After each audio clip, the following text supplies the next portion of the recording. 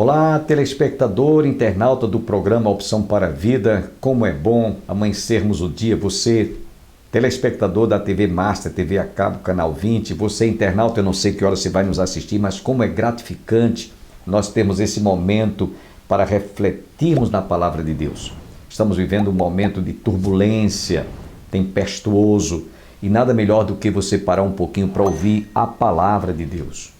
Certamente Deus vai falar ao seu coração, promovendo paz interior. Sem perda de tempo, fiquemos com esta música para o seu enlevo espiritual.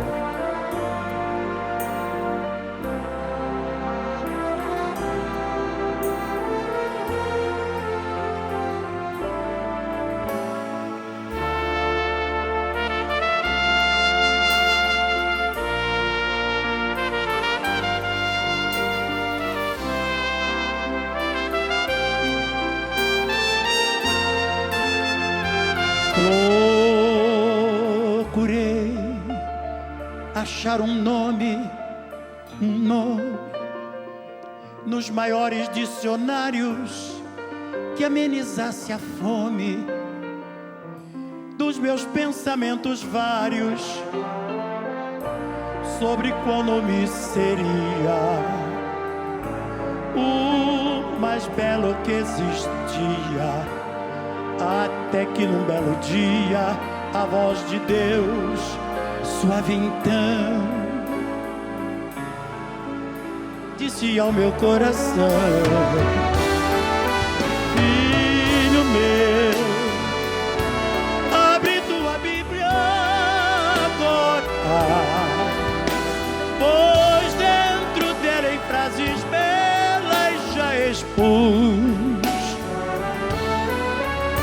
No princípio era o Verbo, e o Verbo era, e ainda hoje é, e há de ser, o nome mais lindo que há de haver. E ao ser pronunciado, tudo vai sem luz, o incomparável nome de Jesus.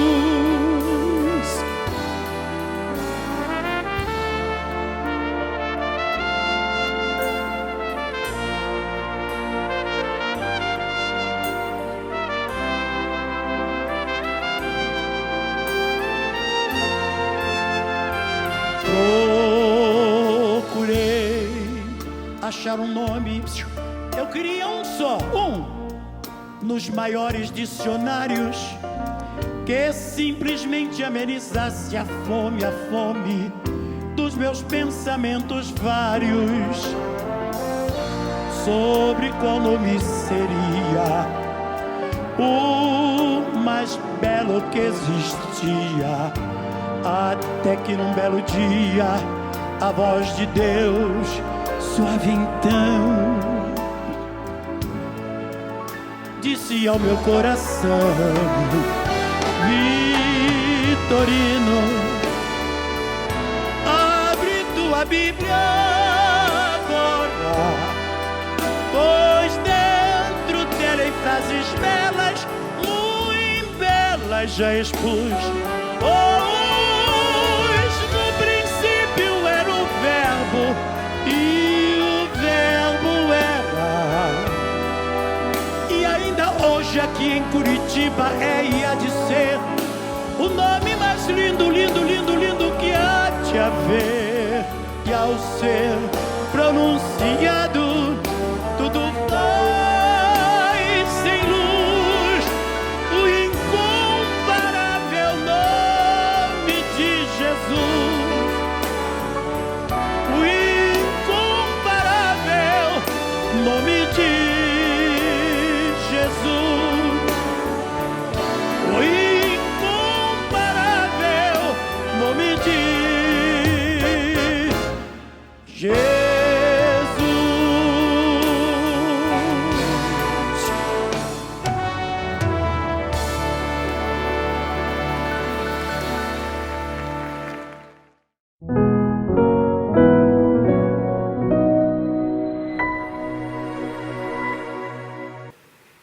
E um dos 3 gêneros literários estabelecido por ele, considerado por Aristóteles, era um outro chamado marcial. Esse era mestre do epigrama. Esse personagem, ele era respeitado inclusive por Aristóteles. Um outro também chamava-se Sêneca, o maior filósofo estoico, satírico. Ele foi consagrado o primeiro-ministro de Nero, diz os historiadores. Então esses ilustres homens, eles exerciam uma influência muito grande naquela região, e Paulo desejava alcançá-los. Paulo era aquele homem que tinha uma visão de longo alcance. Ele disse: ao alcançar um desses homens, considerados grandes oradores, grandes poetas, eu vou fazer com que o Evangelho se propague e seja aceito por todos aqueles que são admiradores desses grandes homens poéticos que viveram naquela região. Então esses ilustres homens na área da literatura despertou em Paulo o interesse de chegar até lá, na Espanha, exatamente para que ele pudesse alcançá-lo. Lembra-se quando ele estava lá em Atenas, no Areópago? Ele procurou o lugar onde era frequentado pela sociedade em peso. Subiam ao Areópago para adorar os seus ídolos, os seus deuses. Ele foi exatamente no lugar onde sabia que quando ele começasse a proclamar o Evangelho, muita gente ali iria ser alcançada. E foi quando ele encontrou aquele altar que estava erigido lá, uma epígrafe: ao Deus desconhecido. Então Paulo disse: bom, a oportunidade é essa. Olha, vocês, eu percebi que vocês são extremamente religiosos, vocês adoram muitos deuses, dizem os historiadores que havia mais deuses em Atenas do que os moradores de Atenas. Então Paulo aproveitou para dizer: olha, esse Deus que vocês erigiram um altar, que colocaram um epígrafe ao Deus desconhecido, é exatamente esse Deus que eu quero vos anunciar. Eu conheço esse Deus. E ele pregou o Evangelho ali. Então Paulo ele tinha essa visão. E Paulo sabiamente, ele sabia que esta seria uma maneira dele alcançar a elite, as camadas da sociedade mais elevadas que precisavam de conhecer o Evangelho. Então por esse motivo ele desejava muito ir à Espanha. O seu desejo maior era chegar até a Espanha. Ele pretendia, portanto, alcançar aqueles que eram respeitados e ouvidos por todos. Veja agora o que Paulo porque Paulo desejava, chegar a esses lugares. Então ele também buscava levar muitos judeus. Nas sinagogas ele passava a manhã, à tarde e à noite, varava dias para alcançar aqueles que desejavam conhecer a sua doutrina, a sua mensagem. No versículo 25, ele diz: mas agora estou de partida para Jerusalém, a serviço dos santos. Aqui é um particular que eu gostaria de chamar a atenção. Irmãos, Paulo era apóstolo, um grande apóstolo, mas aqui ele estava dando uma de diácono. Ele estava aqui dando uma de diácono. Por que, pastor, ele estava dando uma de diácono? Porque ele estava preocupado com os pobres em Jerusalém. E ele fez então uma coleta. Por onde ele passara, na Macedônia, no Ilírico, por onde ele passara, os irmãos que haviam tomado conhecimento que os irmãos pobres de Jerusalém, porque Jerusalém tinha muitos cristãos pobres, paupérrimos. Então eles levantaram a coleta, entregaram o apóstolo Paulo para que ele pudesse abençoar aqueles cristãos lá de Jerusalém. Por isso que ele diz aqui: mas agora estou de partida para Jerusalém, a serviço dos santos. E nessa viagem a Jerusalém, ele tinha como objetivo socorrer e ajudar os crentes mais necessitados em Jerusalém. É importante, irmãos, a gente ver que a igreja não pode fazer vista grossa à obra de assistência social, a obra de assistência filantrópica. Agora mesmo a gente teve durante a celebração do musical natalino, a oportunidade, com a ajuda de muitos irmãos, alcançar algumas famílias Ninguém está aqui tocando trombeta, mas foram dezenas de famílias que foram alcançadas com cestas básicas. E a igreja não pode deixar de ver esse lado social. Paulo tinha essa visão, ele estava ali, por onde ele passara, fizera um recolhimento de ofertas para comprar alimento para os cristãos pobres lá que estavam em Jerusalém. Por isso, é importante a igreja, principalmente aqui na nossa igreja nós temos a caixa diaconal, que ajuda aos domésticos na fé. Às vezes uma família passando por privação, necessidade, e como ela se sente abençoada, como ela se sente agradecida, quando ela se sente auxiliada, socorrida, ajudada. Esse é o dever, esse é o papel da igreja. E Paulo então aqui estava dando uma de diácono. Seu objetivo naquela viagem era de socorrer aqueles irmãos menos favorecidos. Lembrando que Paulo, escrevendo aos Gálatas capítulo 6, versículo 10, nos diz: façamos o bem a todos, mas principalmente aos domésticos na fé. Gálatas 6,10, Paulo diz: façamos o bem a todos, mas principalmente aos domésticos na fé. Então, embora Paulo fosse um apóstolo, ele aqui nos deu um exemplo de um exímio, de um excelente diácono. No versículo 26 ele diz: porque aprove a Macedônia e a Acaia levantar uma coleta em benefício dos pobres dentre os santos que vivem em Jerusalém. No livro de Atos dos Apóstolos, capítulo 16, versos 6 em diante, Paulo tinha planejado na sua viagem missionária chegar até a Mísia e a Bitínia. Mas enquanto ele estava de noite, em um momento de oração, ele teve uma visão de um varão que se apresentou a ele e disse-lhe: Paulo, passa a Macedônia e ajuda-nos. Está lá em Atos capítulo 16, passa a Macedônia e ajuda-nos. Paulo tinha plano de ir para Bitínia, para Mísia, vamos supor, ele tinha plano de ir para João Pessoa, nossa capital. Mas aí o Espírito Santo fala ao coração dele através de uma visão de um personagem, dizendo: olha, passa a Macedônia, em vez de você ir para a capital, você vai para o sertão, vai para o interior. E Paulo então desmanchou todo aquele plano, porque Paulo vivia na dependência do Espírito Santo. Então ele deixou de ir para Bitínia, para Mísia, e foi para Macedônia. E lá ele teve grandes oportunidades de levar a mensagem do Evangelho. Agora, nesse versículo que nós lemos, eu chamo a atenção dos irmãos, porque ele faz uma observação aqui notabilíssima. Ele diz: porque aprove a Macedônia e a Acaia levantaram a coleta em benefício dos pobres dentre os santos que vivem em Jerusalém. Então, se ele recebera numa visão um apelo para que ele chegasse até a Macedônia e ajudasse aqueles que precisavam de conhecer a palavra, agora era a hora daqueles macedônios retribuírem aquilo que eles tinham recebido.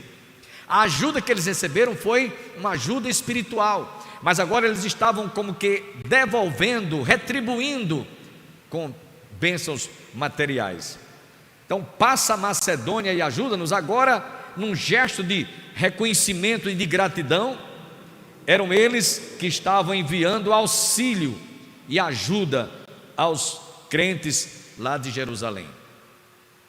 Irmãos, a gente precisa de ser reconhecedor que quando nós recebemos alguma ajuda, algum auxílio de alguém, seja de que natureza for, não é preciso ser pão material, pode ser até um favor, pode ser às vezes até um conselho. Lembre-se de que você um dia poderá retribuir e ser agradecido ajudando aquele que lhe aconselhou, que lhe ajudou, que lhe estendeu a mão. Que lição importante nós aprendemos aqui. Então, a Macedônia, que ficava ao norte da Grécia, esse lugar que Paulo tinha ido levar a mensagem do Evangelho, e eles abriram o coração e creram, agora estavam retribuindo com uma bênção material.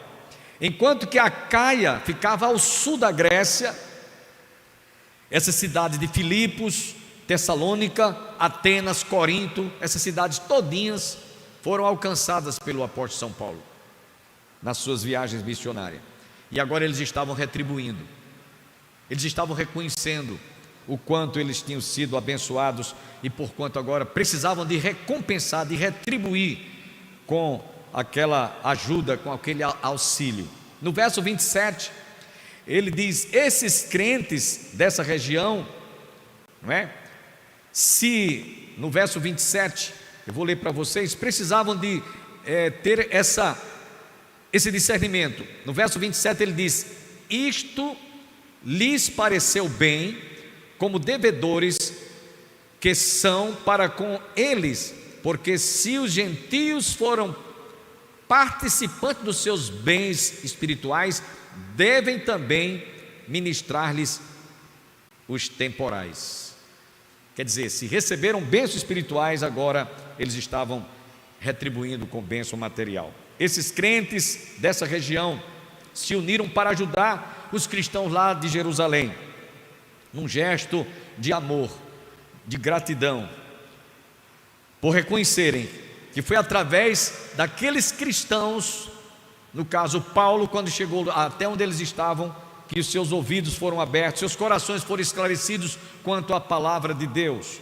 E portanto, eles que não faziam parte do corpo de Cristo, eles passaram a fazer parte do corpo de Cristo. Eles que foram enxertados na oliveira brava, como a oliveira brava, na oliveira verdadeira, que é Jerusalém, que é Israel.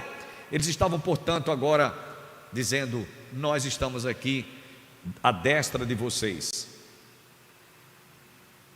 Lá na primeira carta de Paulo aos Coríntios, capítulo 9, verso 11, ele diz assim: se nós vos semeamos as coisas espirituais, será muito recolhermos de vós bens materiais. Então, se você recebe uma bênção espiritual, no mínimo, seja reconhecedor. Se alguém precisa de ser ajudado, de auxílio, estenda a mão para socorrê-lo. Bem-aventurados, portanto, são aqueles que sabem ser gratos por aquilo que tenham recebido através de outros irmãos. No verso 28, ele diz: tenho, pois, concluído isto, e havendo-lhes consignado este fruto, passando por vós, irei à Espanha. Por que Paulo está dizendo isso aqui, irmãos? Simplesmente porque aqueles cristãos que estavam recebendo aquele benefício, eles precisavam de parar um pouco e ver o quanto era importante a pregação do Evangelho em alcançar vidas, em transformar famílias, em transformar corações. Então Paulo desejava muito concluir e evangelizar a Europa. Ele desejava muito. Se Paulo estivesse hoje aqui em carne e osso, sabe quais seriam os lugares que possivelmente ele iria?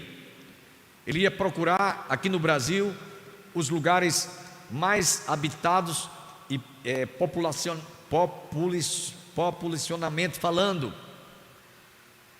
São Paulo, Belo Horizonte, Brasília.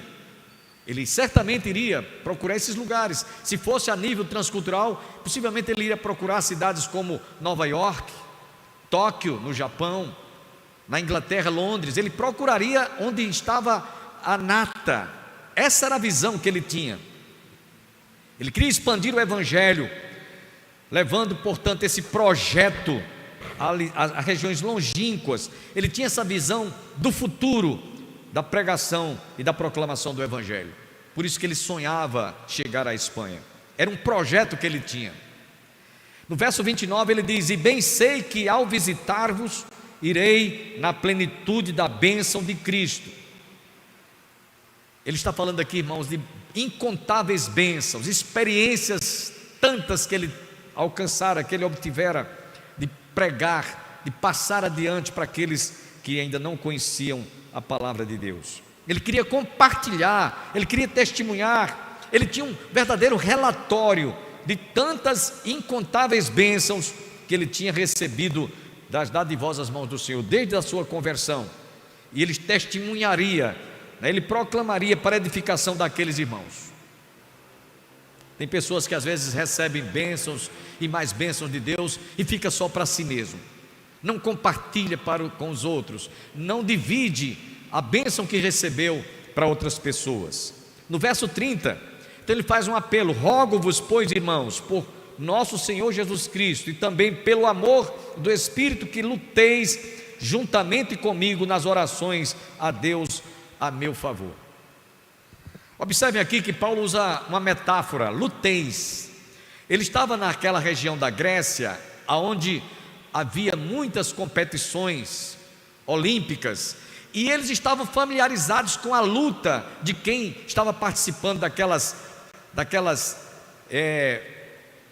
lutas de conquistas, né? De gladiadores, corredores de animais, de cavalos. Então ele sabia que aquela expressão que ele usa aqui era familiarizada por todos eles. Ele usa essa expressão em relação à obra, o trabalho que ele estava para realizar. E bem sei que ao visitar-vos irei na plenitude da bênção de Cristo. Aliás, no verso 30, rogo-vos, pois, irmãos, por nosso Senhor Jesus Cristo e também pelo amor do Espírito, que lutei juntamente comigo nas orações a Deus a meu favor. Luteis, orem por mim. Nós vemos aqui também, além do verbo lutar que ele usa, tanto é uma metáfora, como também ele pede as orações em seu favor. Sabe, irmãos, Paulo era aquele homem humilde. Ele não se sentia um super crente, ele não se considerava um hiper crente. Ele tinha humildade de dizer: orem por mim, eu preciso das vossas orações.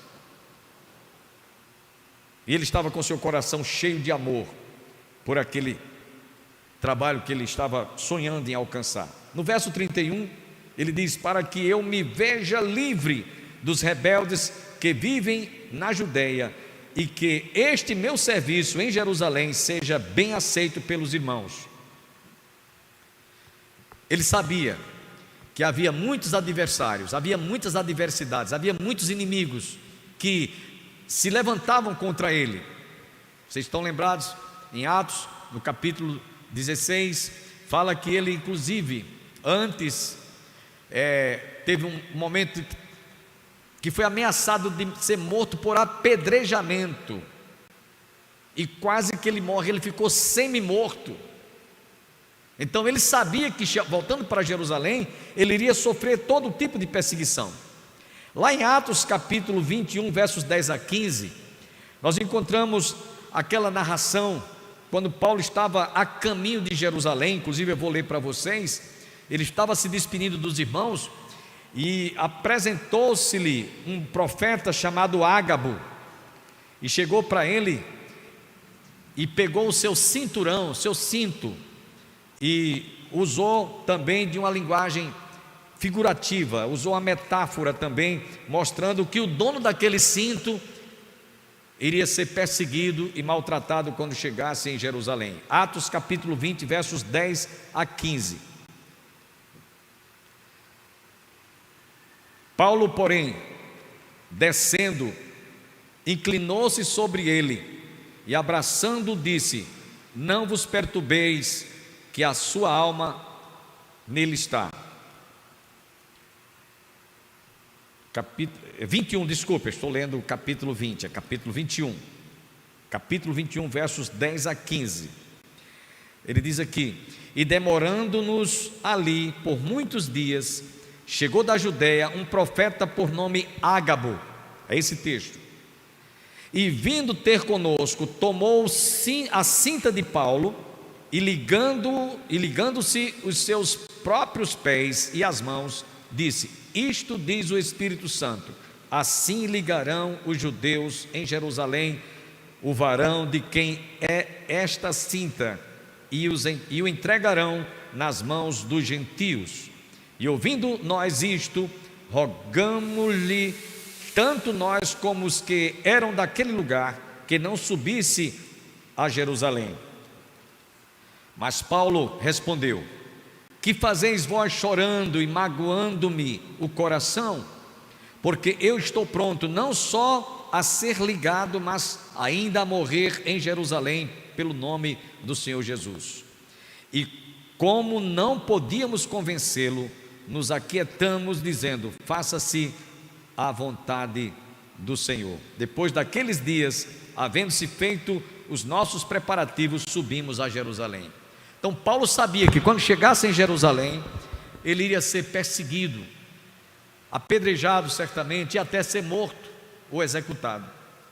Mas ele disse: a minha vida não é tão importante que eu não possa padecer, morrer ou ser sacrificado, ou ser apedrejado ou morto, ou condenado à morte por causa do nome de Jesus.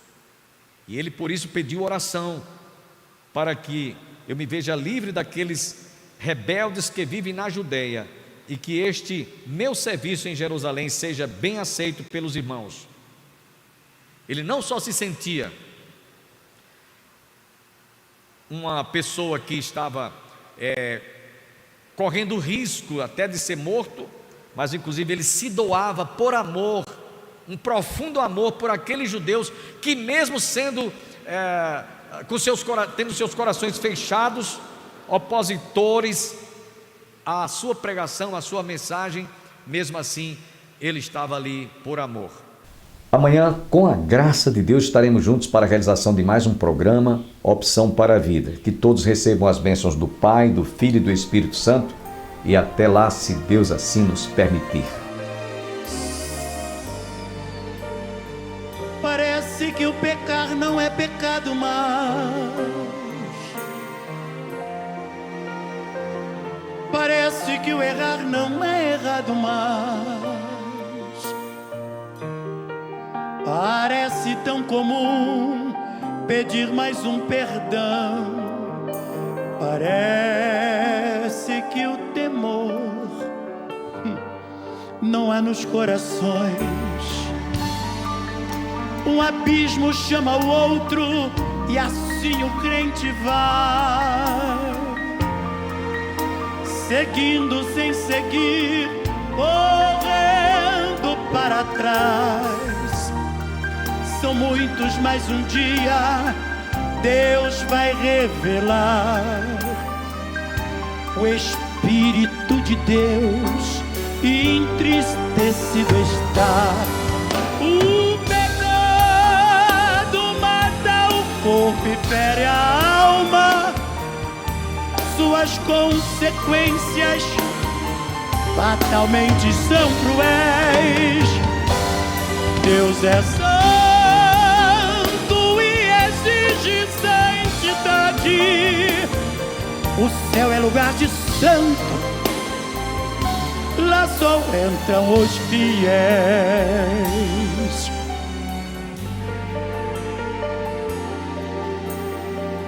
Eu gostaria que você, ao ver esse DVD, conversasse contigo mesmo.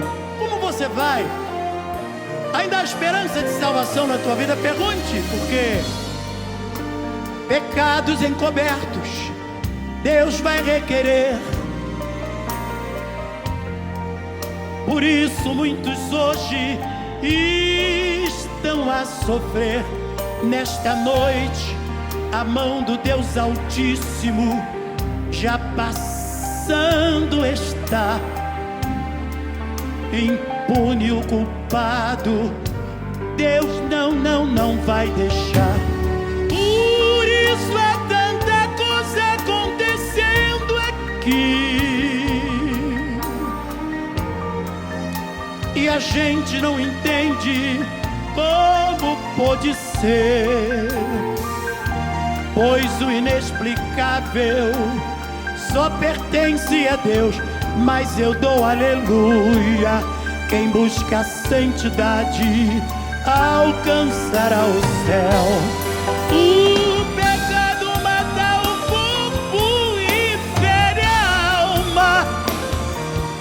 Sua suas consequências fatalmente são cruéis. Deus é santo, santo, santo, santo, e exige santidade. O céu é lugar de santo, lá só entram os fiéis.